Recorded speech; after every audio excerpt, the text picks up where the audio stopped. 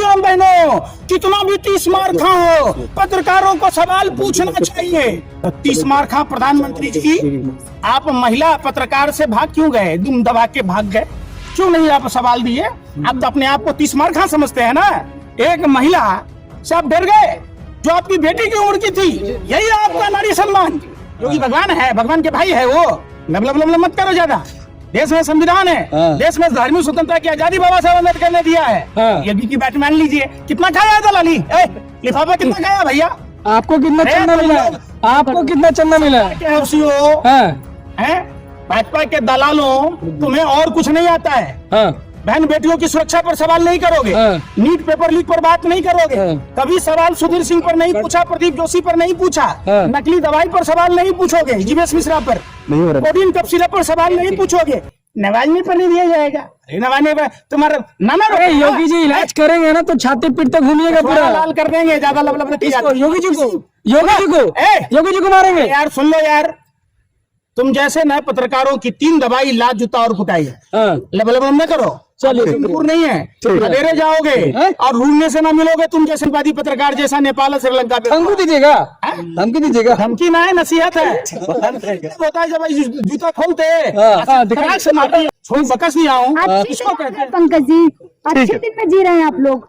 55 रुपए डीजल मिलता था, 400 रुपए सिलेंडर मिलता था, 60 से 70 रुपए पेट्रोल मिलता था, जिसमें खाने वाली सरसों तेल 60 से 70 रुपए मिलता था, जिसमें फोन रिचार्ज कराने की सुविधा नहीं थी, जिसमें डीएपी खाद 450 रुपए में मिलता था। जहां लोग खुशहाल था वो दिन वापिस कर दीजिए पापा की परी, बोल दीजिए पापा को इस्तीफा दे दे। महंगाई है कहाँ आप जैसे लोगों को दिख रही महंगाई? चलो यार, महंगाई उसे नजर नहीं आती है। जो हराम का खाता है वो भाजपा का खाता है, जो भीख मांग कर खाता है, जो लिफाफा लेके खाता है, आपको कहाँ से नजर आएगा? आपकी सैलरी कितनी है? आपके चैनल में सैलरी कितनी है? ये जो किसान महिला आप लोग वन में रहते हैं वो कहाँ से है? मेहनत की कमाई का है। कोई मेहनत नहीं है, ये दलाली की कमाई है। कांग्रेस से दिया है। नहीं तो ये जो होटलाली लगा के घूम रही है ना, आइए मेरा मुकर जाता। पंकज जी मेरा पंकज जी महिला का अपमान कर रहे हैं आप। अपमान आपके पापा ने किया, यशोदा बहन को बगैर बताए तलाक दे दिया। 3 बार तलाक बोलने से सजा का प्रावधान है। बगैर बताए पत्नी को छोड़ देना राजधर्म है। तो आप नहीं पूछे, महिला का अपमान ही नहीं है। आप अपनी घर वाली को, यशोदा बहन को टॉफी नहीं खिला रहे, वहां जा रहे मेलोना को खिलाने इटली, वो भी सरकारी खर्चे पर। इटली जाके आपने हासिल क्या किया? नॉर्वे जाकर आपने हासिल किया? आपने कभी पूछा? कहते थे भाइयों बहनों, कितना भी 30 मार खा हो, पत्रकारों को सवाल पूछना चाहिए।